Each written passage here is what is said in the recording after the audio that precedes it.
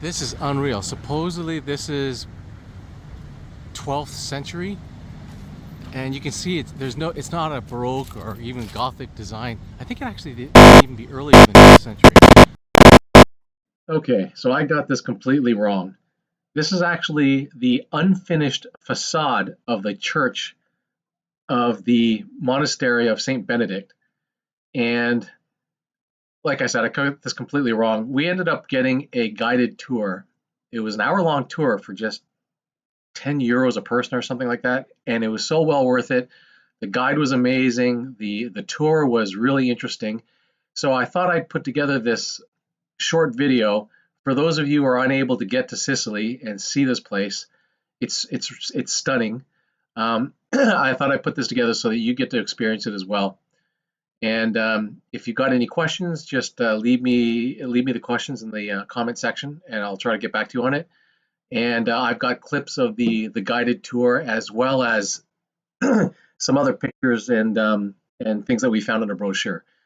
So anyways, I hope you enjoy.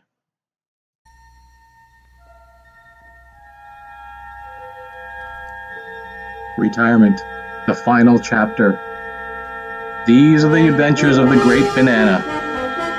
Its one-year mission: to explore strange new foods, to seek out new pastas, and new ways to screw things up.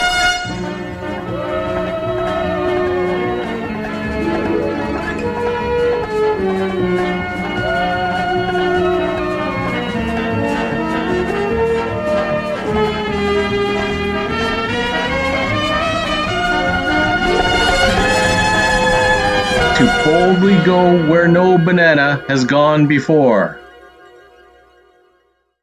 Welcome back, everyone. This is the inside of the church in the monastery of Saint Benedict. And as you can see, it's ginormous. We actually took a guided tour. I will show you clips of that in a moment. But keep in mind that this, as you listen to the guided tour and you take a look at this huge place, keep in mind that this was the monastery and home of only 60 Saint Benedict monks, or they call them Benedictine monks. And these monks had 100 servants. So they were supposed to be pious, religious people, and monks were supposed to eat like one meal a day. These guys didn't exactly do that. They enjoyed themselves quite a bit. And in fact, actually, a large part of the basement area was dedicated to food production and wine production and things like that. And again, think of it as only for 60 monks, and yet they also had 100 servants. So anyways, enjoy the tour, and I will show you some more clips towards the end of the video. Yeah, this is creepy. This is where all the dead people are, but I guess really important dead people. Wow. So we're getting a guided tour of the Saint Benedictine monastery. It's actually not a monastery anymore. It was back in the 1500s, but two major natural disasters. They rebuilt this thing. Monks ended up moving out, and this is being used for schools, science, the arts. So it's being repurposed for a lot of different things. But anyways, it's nice to have this guided tour. It only cost 10 euros per person. They let our dog in, and we're getting a lot of history here. So highly recommended. Very cool. Was used as a gazebo. You know what is a gazebo? It's a place where you can have coffee or chocolate even if it's a sunny day, because it covers you from the sun rays.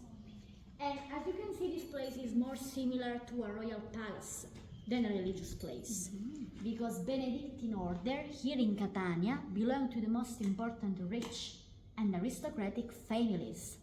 Monks were the sons of the most important families. When the first son had everything, like money, properties, the name of the family, the other sons had to choose between the military life and this one.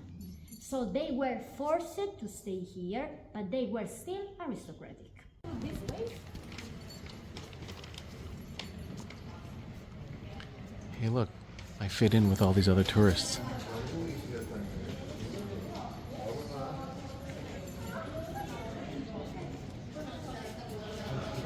He's an older version of me. So this is a university now. Students got really lucky.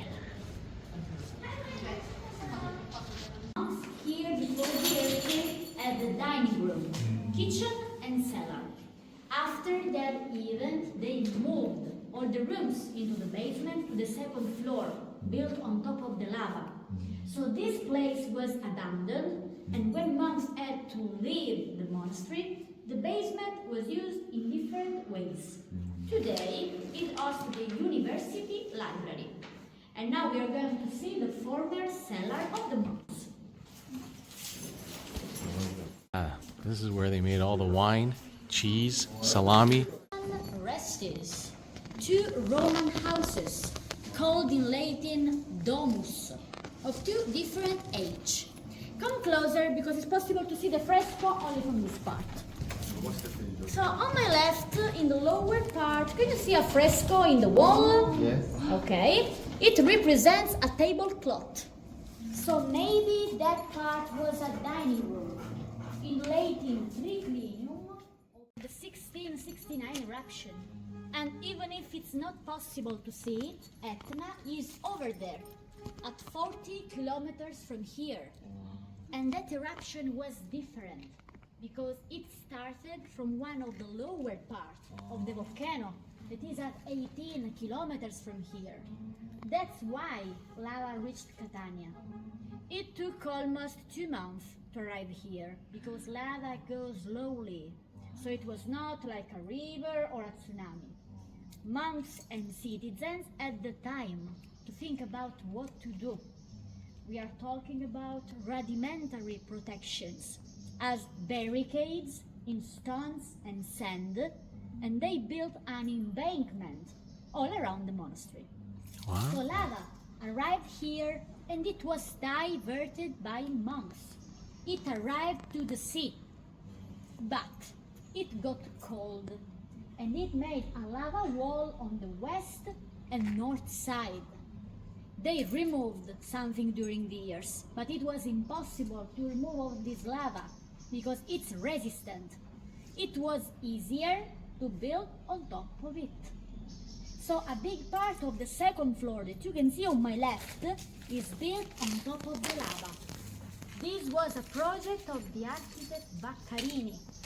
And for instance, the bridge that you can see on my right connected the second floor of the monastery to the botanical garden that was planted on top of lava bank, because lava gives a lot of minerals to the ground. And it was botanical garden until 1866. Second one, the kitchen. In the middle, the small dining room used by the abbot, the most important monk of the monastery. And the last one was the library. When monks had to leave the monastery, this room was used.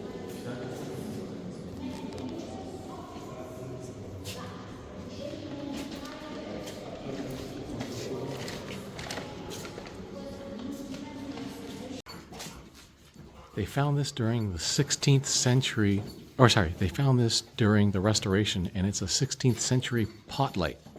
It's a decoration. And there are objects that remind us of monks, like this. This was a mortar in lava stone, used to grind spices like garlic, black pepper, or parsley, exactly. On my left, you can see some basins used to wash food and crockery. And right now, we are walking on top of the lava bank that we saw from the courtyard. The one of the 1669 eruption that you can see on my left. Because a big part of the monastery, a big part of the second floor is elastic, resistant, as pottery.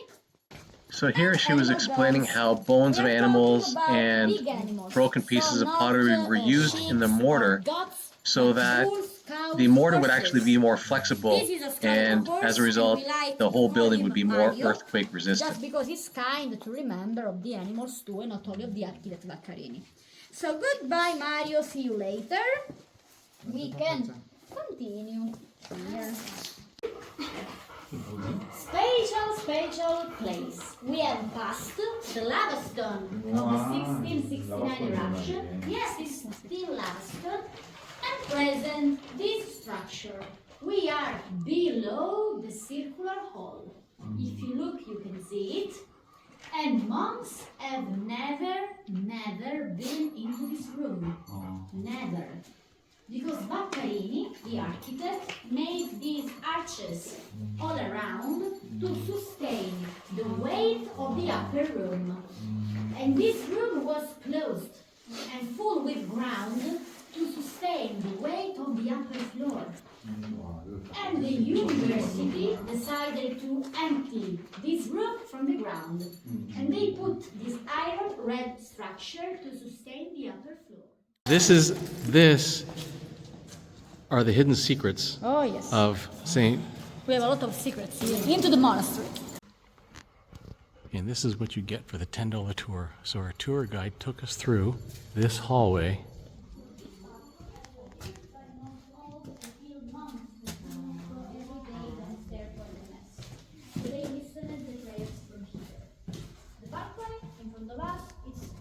Symmetric choice. There is no way to get into the balcony. And on our left, you can see one of the most important organs in Sicily, made by Donato del Piano in the 18th century. It's restored, so it plays. It's the biggest in Catania. It has 3 naves in Latin cross round plan, and it's so white. But there are precious objects into the church, as the wooden shoulder downstairs. This was the seat of monks. So this balcony, called Gerusia, was used by the most old and ill monks that could not go every day downstairs for the mass. So they listened to the prayers from here, from here. And the balcony in front of us is just like a symmetric choice, because there is no way to get into that balcony. It's a fake one. And on our left, you can see one of the most important organs in Sicily. It was made by Donato del Piano in the 18th century. It's restored, so it plays. Give a look, and we can go inside again.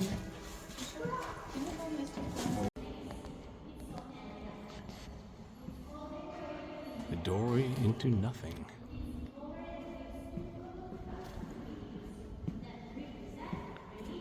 Wow.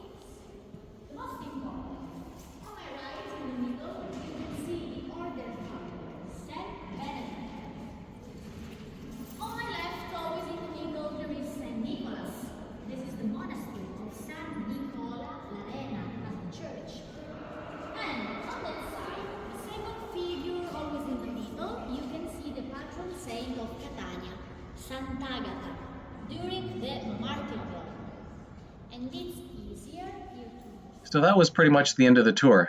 We found it really fascinating, and so we thought we would bring it to you guys as well. Hope you enjoyed it as much as we did, and I look forward to seeing all of you on the next episode of The Adventures of the Great Banana.